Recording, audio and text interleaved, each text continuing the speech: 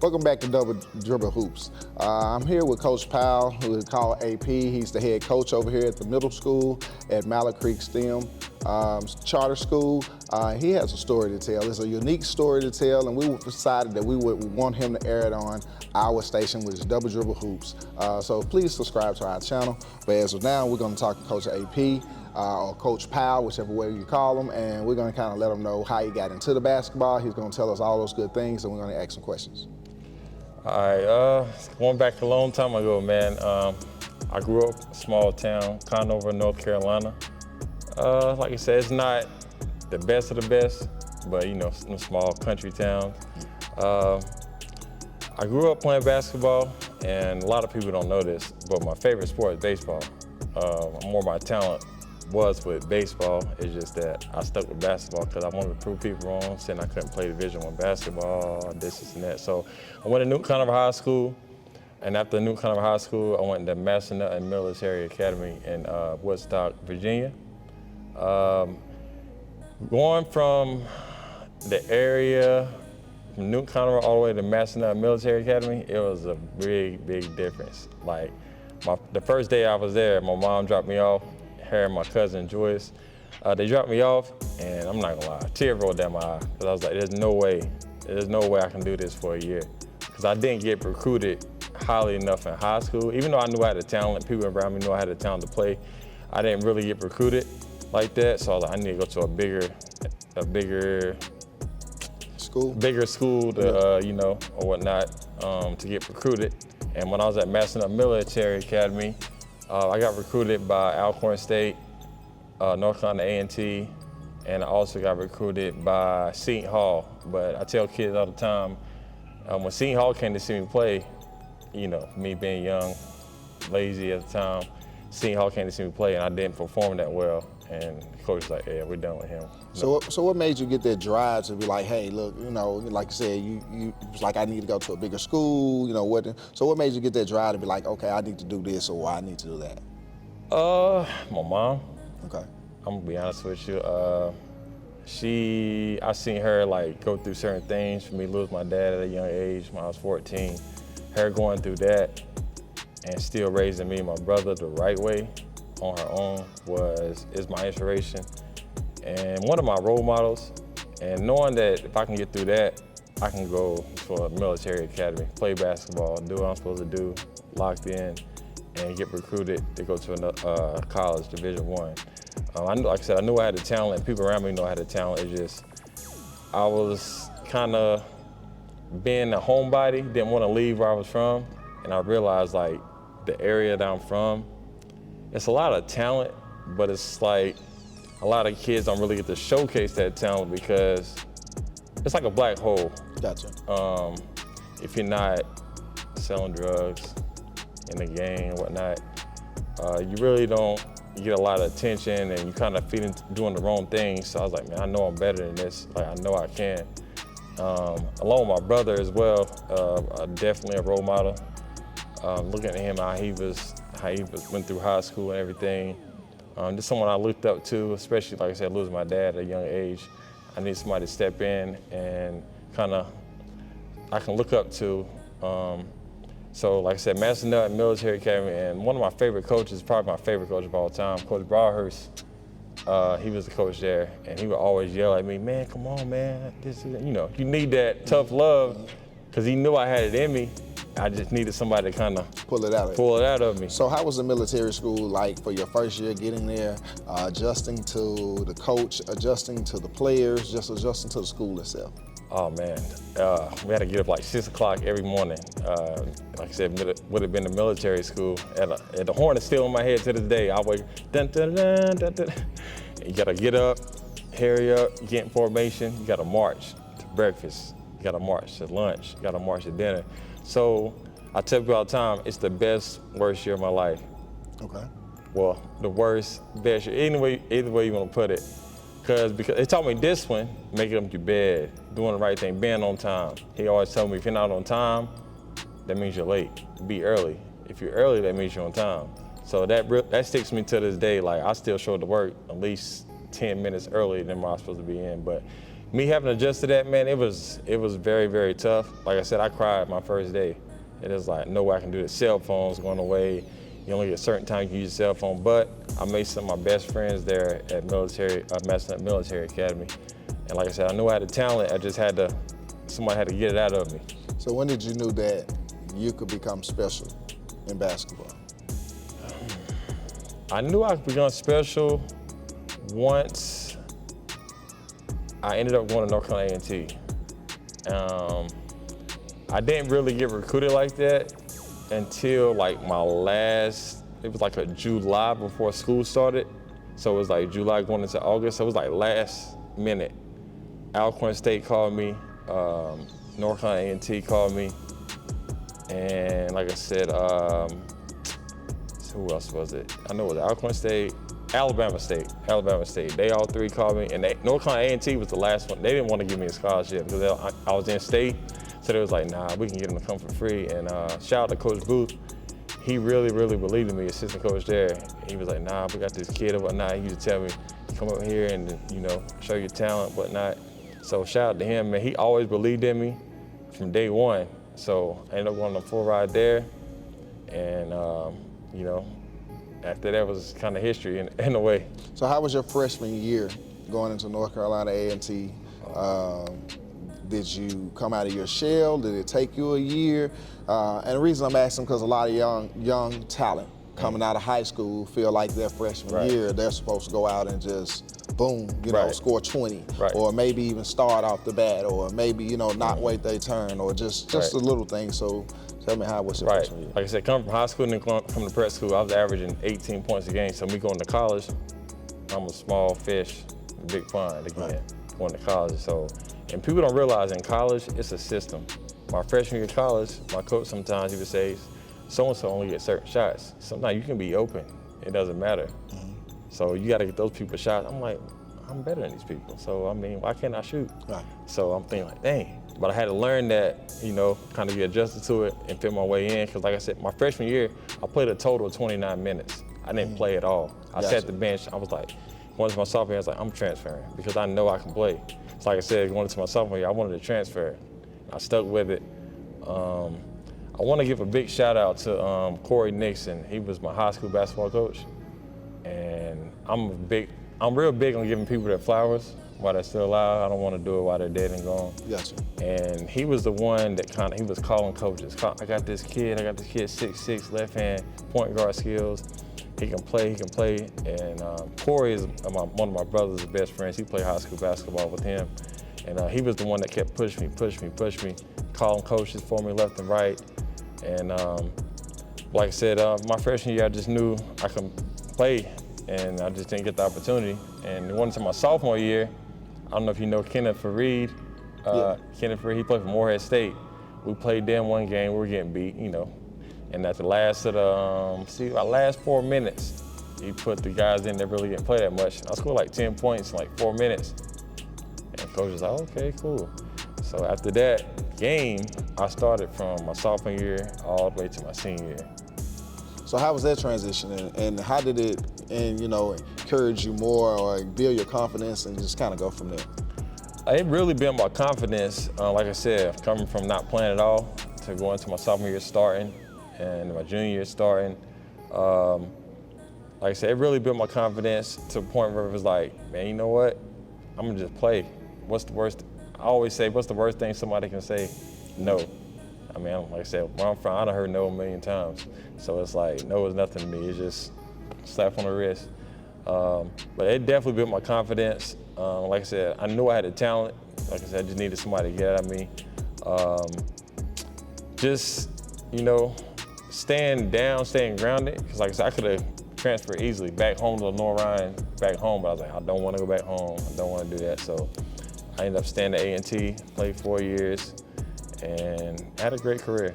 So when did your career kind of like, don't want to use the word spiral, but when did it kind of where it hurt you, where you knew, you had to kind of give it up? After my senior year, like I said, we went to the NCAA tournament, first time in 18 years. We went back in 2013, since 95, so 18 years, yeah. We went 2013, We beat Liberty, and then we played Louisville. Ended up being the national champions. They had Russ Smith, Peyton Siva, Courtney Giang, Montrezl Harrell, that's in the NBA now. Like I said, we made history about going to the tournament, first team 18 years, and we was the first team in North Carolina A&T history to win a tournament game. We beat Liberty. So we made history there, and I was the leading scorer on the team.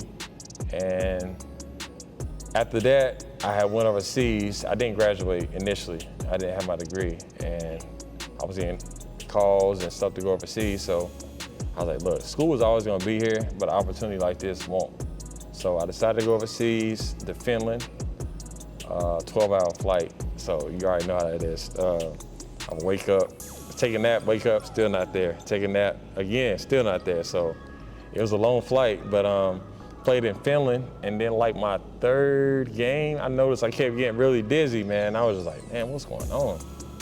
And I was like, no, I'm not dehydrated. I'm not out of shape. I'm like, what's going on? So then we had practice, and then I kept getting dizzy again. I'm seeing like 2 goals, 2 rims. Like, man, I must be really dehydrated. I'm gonna sit out. So my teammate, he comes over to me, man, you all right, man, you all right? I'm like, yeah, I'm good. I think I'm just dehydrated, you know, I might need some Gatorade or something.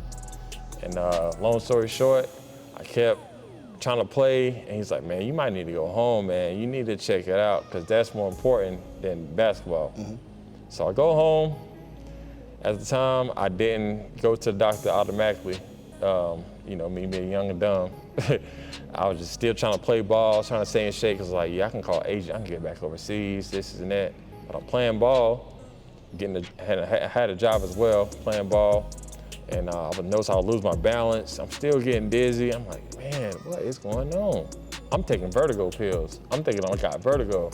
So every day after work, I would come home and take a nap.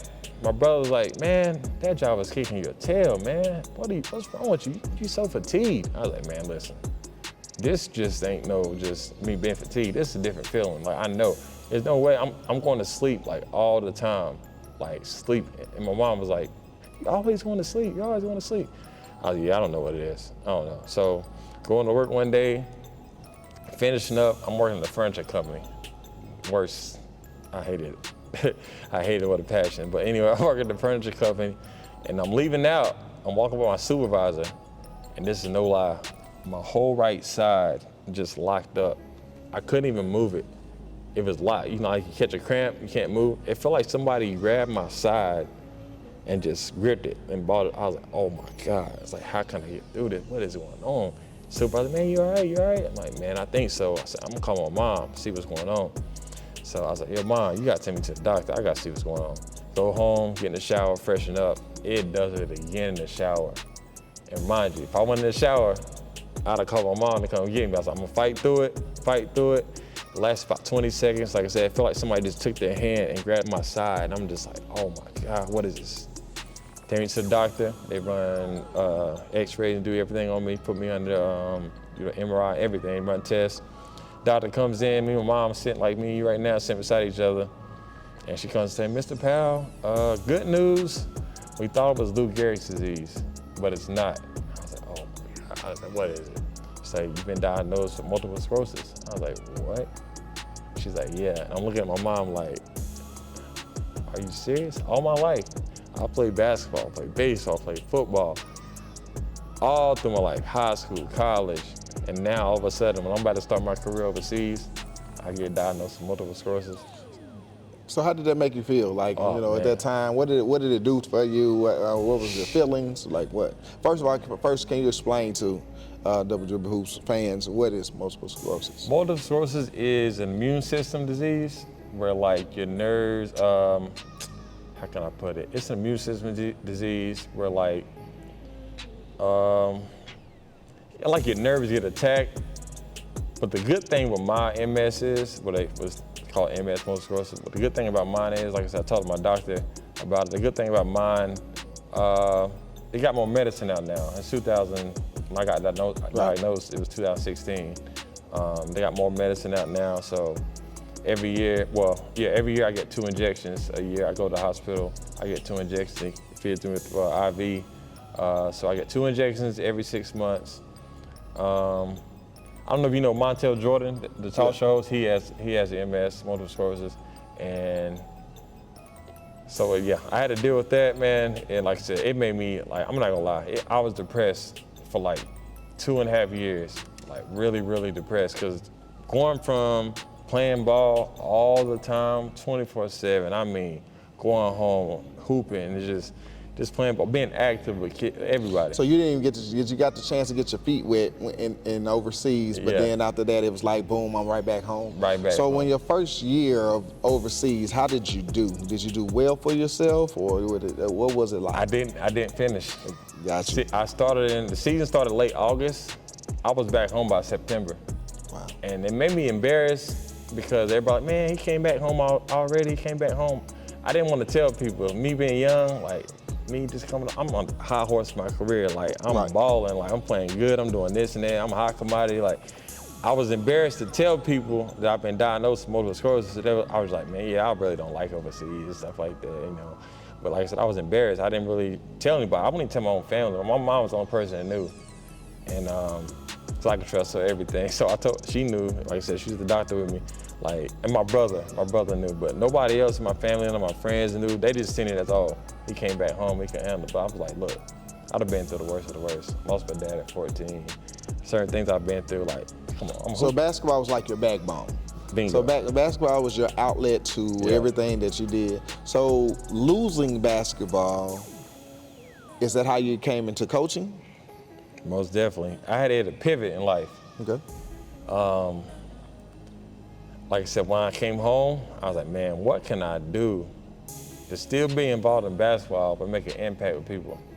It's like when I was diagnosed, it's like God just said, stop, you did enough. Now it's time to go help people. You've done what you've done. So it definitely drove me into coaching. Like I said, I was like, what can I do to make an impact and help kids? And like my kids now, they think, oh, coach, cause you can't play this and that. But I was like, man, listen, I was okay. But yeah, that drove me back to coaching, man. My passion for coaching. Like I said, I just love to help people. I get that from my mom, like just loving to help people. So you had a wonderful year this year at the middle school level. You won. You won the championship for your district. You have some boys coming back that's you're predicted to win next year as well. How do you get them to buy into you and just to be that player that you want them to be, or just to teach them how to be young men? I think the most important thing is to teach them how to be good young men. The basketball thing, I know that like the back of my hand. It's easy to me, but I always tell people, in our minds, it may be something different, but in their minds, it's not that. I know people ask me, man, you never get rattled, you never yell, this. I said, they're kids. So they don't know what we know. Right. But we got a couple of kids now, like way more talented than I was in 7th grade. Like I didn't really start getting good until like when I went to prep school. Actually, when I came back home, my friends were like, man, I'm see different you, but we got kids now, man, you sitting around. These kids these days are different. Just different. Yeah. They're different animals. So what would you give advice to kids that play basketball that was just somewhat similar like you, or that has trials and tribulations but don't know how to get out of the trials and tribulations?